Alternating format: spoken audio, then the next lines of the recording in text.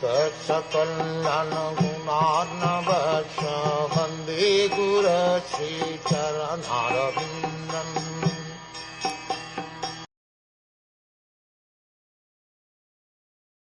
My dear Dhruv, the Supreme Personality of Godhead is uncontaminated by the material modes of nature. He is the remote cause of the creation of this material cosmic manifestation. When he gives the impetus, many other causes and effects are produced, and thus the whole universe moves, just as iron moves by the integrated force of a magnet.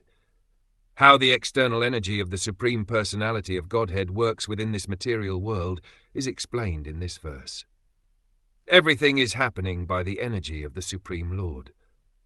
The atheistic philosophers, who do not agree to accept the Supreme Personality of Godhead as the original cause of creation, think that the material world moves by the action and reaction of different material elements. A simple example of the interaction of elements occurs when we mix soda and acid, and the movement of effervescence is produced.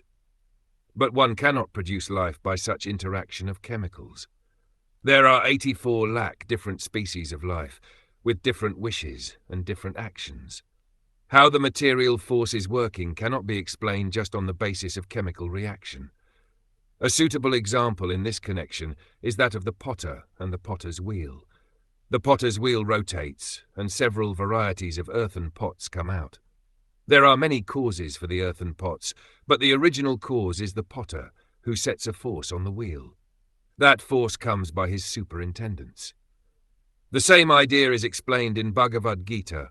Behind all material action and reaction there is Krishna, the Supreme Personality of Godhead.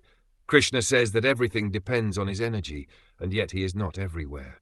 The pot is produced under certain conditions of action and reaction of material energy, but the potter is not in the pot. In a similar way, the material creation is set up by the Lord, but he remains aloof. As stated in the Vedas, he simply glanced over it, and the agitation of matter immediately began. In Bhagavad Gita it is also said that the Lord impregnates the material energy with the part and parcel jivas, and thus the different forms and different activities immediately ensue.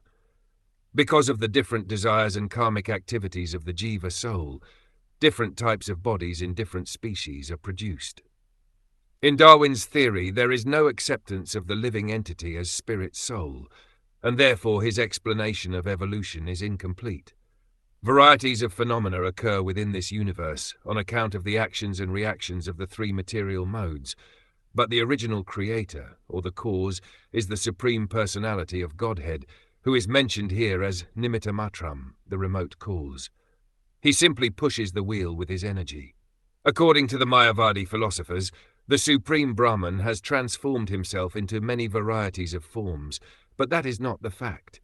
He is always transcendental to the actions and reactions of the material gunas, although he is the cause of all causes.